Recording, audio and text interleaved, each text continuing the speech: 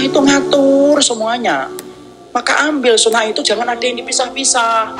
Kan pernah kita ngambil contoh kan, loh sampai urusan rambut saja diatur, kok banyak aturan sunnahnya. Ini saya tegaskan lagi supaya kita tambah paham. Karena manusia itu kadang-kadang butuh untuk diulang supaya tambah paham. Coba perhatikan Pak rambut kita. Apa aturan sunnah di dalam rambut kita? Banyak. Yang namanya rambut Pak, setidaknya ada 6 hukumnya. 1, rambut itu, maka kemudian kalau dia wanita sudah balik, jangan sekali-kali memperlihatkan rambutnya kepada yang bukan mahram. Itu dosa. Dan bisa menyebabkan kalau dia itu tidak menutup auratnya, tidak akan mencium baunya surga. 1. Rambut. Yang kedua, bahwasanya kalau punya rambut jangan dipotong koza. Kita sepakat kan? Rasulullah itu melarang koza. Apa itu? Dipotong separuh, disisakan separuh.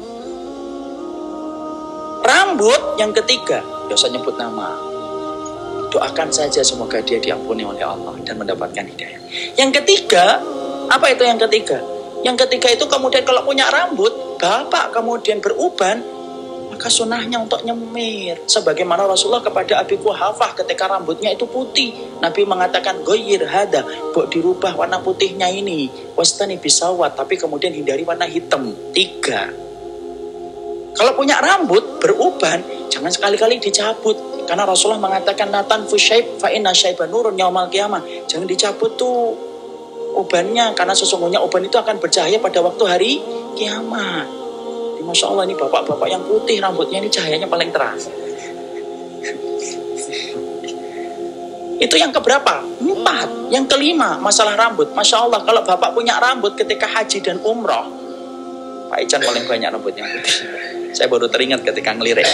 Bukan hanya rambutnya, pecinya aja putih. Yang kelima, kalau punya rambut ketika bapak itu haji dan umrah, jangan sekali-kali itu motong rambut sebelum kemudian tahallul. Berani motong rambut sebelum tahallul, maka kemudian hajinya tidak akan sah dan kemudian umrahnya juga tidak sah. Makanya kemudian ada.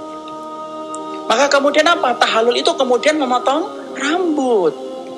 Rambut ada lagi, apakah sudah selesai? Belum selesai. Rambut, kalau kita memiliki rambut ini memasuki 10 hari yang pertama pada bulan Dzulhijjah, jangan kemudian ketika kamu niat korban, jangan dipotong dulu rambutnya sampai hewan yang kamu korbankan itu dipotong. Jadi Masya Allah, masalah rambut itu aja begitu banyak, apalagi seluruh kehidupan kita. Itulah indahnya bahwasanya kita punya Allah yang dengan rahmatnya yang sempurna dalam kehidupan kita. Bapak itu diatur semuanya dan tidak ada yang ditinggalkan kecuali diberikan petunjuk.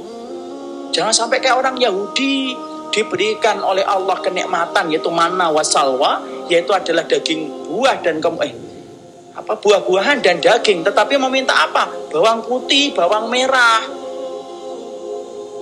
Wa id qultum ya Musa lan nasbir ala ta'ami wahidin fad'u lana rabbaka yukhrij lana mimma tumbitul ardu min baqliha wa qissaiha. Masya Allah, dia tidak sabar dengan daging dan buah yang lezat yang Allah berikan itu. Kemudian mintanya apa? Bawang putih, bawang merah, kacang adas, kacang polo. Maka kemudian kalau ada orang ketika dia sudah mengerti tentang sunnah, kok sampai meninggalkan sunnah, berarti punya kemiripan sifatnya dengan orang Yahudi. Diberikan oleh Allah sunnah yang sempurna mengatur dalam kehidupan kita, tapi ngorek-ngorek yang bukan sunnah. Dan itu yang akan menjadi penyesalan ketika kita berkalang tanah. Coba kalau kami dulunya itu ngikutin Rasul. Jangan remehkan sunnah lah, walaupun sekecil apapun. Karena apa? Karena sesungguhnya barang siapa yang suka meremehkan sunnah yang kecil, dia tidak akan mampu mengamalkan sunnah yang besar. Cintai sunnah, itulah jalan surga. Cintai sunnah, itulah yang menyebabkan kamu tidak menyesal. Cintai sunnah, karena itulah harga iman kita kepada Allah. Karena itu yang akan menjadikan iman kita kepada Allah diterima secara sempurna ketika mengikuti sunnah.